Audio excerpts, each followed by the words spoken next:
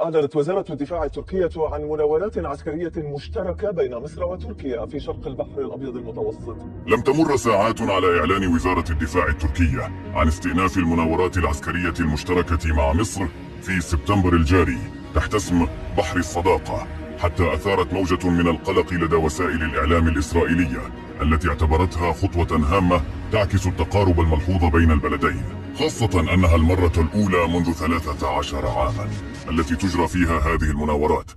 وسائل الإعلام الإسرائيلية وصفت هذه المناورات بأنها خطوة مثيرة للقلق من قبل مصر وتركيا، واعتبرت أن تقارب التعاون العسكري بين البلدين يثير مخاوف كبيرة لدى إسرائيل.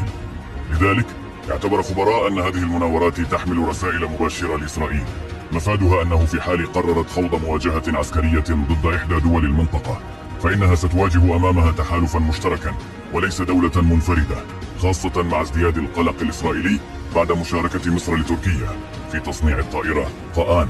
أول طائرة من الجيل الخامس تصنع في المنطقة، وهو ما اعتبرته إسرائيل تهديدا حقيقيا لتفوقها الجوي. لم يتوقف القلق الإسرائيلي عند المناورات البحرية بين مصر وتركيا فقط، بل ربط الإعلام الإسرائيلي هذه المناورات بأخرى جوية أجرتها مصر مؤخرا مع الصين، مما زاد من المخاوف في تل أبيب، معتبرة أن هذا التعاون العسكري بمثابة ورقة دعم قوية لمصر